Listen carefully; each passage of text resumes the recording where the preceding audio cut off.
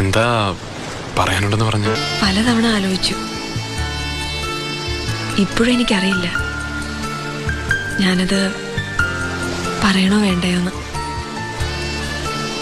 പറഞ്ഞില്ലെങ്കിൽ ഒരുപക്ഷെ എൻ്റെ മനസ്സ് ഒരിക്കലും അറിയാതെ പോവും.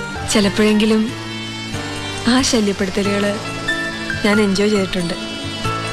ശല്യപ്പെടുത്തുമ്പോഴും കുസൃതി കാട്ടുമ്പോഴും തോറ്റു തരാതെ മനഃപൂർവ്വം പിടിച്ചു നിന്നിരുന്നതാ ഞാൻ. വെറുതെ അതെൻ്റെ ഒരു ത്രില്ല്. പക്ഷെ ഇനി മുതല് എന്നും ഞാൻ തോറ്റു തരട്ടെ. കുഞ്ഞൂഞ്ഞിനൊരു സവിശേഷ സ്വഭാവമുണ്ട്, അറിയാലോ. പുറകെ നടന്ന പെണ്ണ് വളഞ്ഞു കഴിഞ്ഞ പിന്നെ കുഞ്ഞൂഞ്ഞിന്റെ ത്രില്ല് പോവും. ഇപ്പൊ അത് സംഭവിച്ചു.